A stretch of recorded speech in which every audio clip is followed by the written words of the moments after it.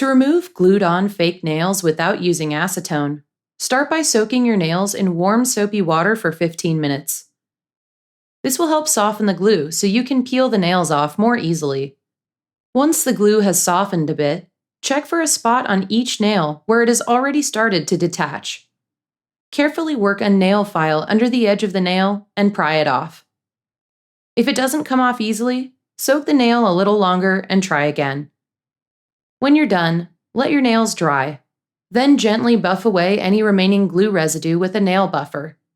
Rinse your hands to remove the powder and loose glue from your nails. If there's still any stubborn glue on your nails, rub it away with a cotton ball soaked in acetone. Then wash your hands with soap and water.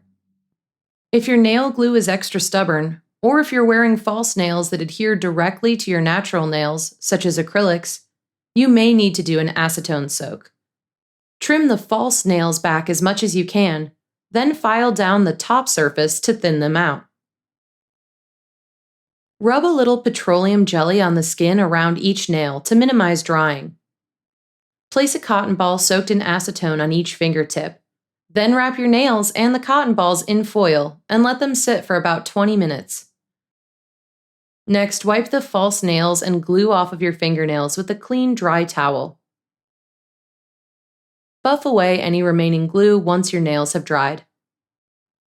Then wash your hands with soap and water.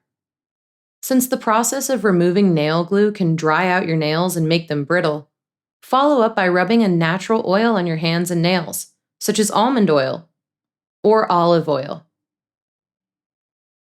To keep your nails strong and healthy, give them a chance to breathe for a week or so before applying new false nails.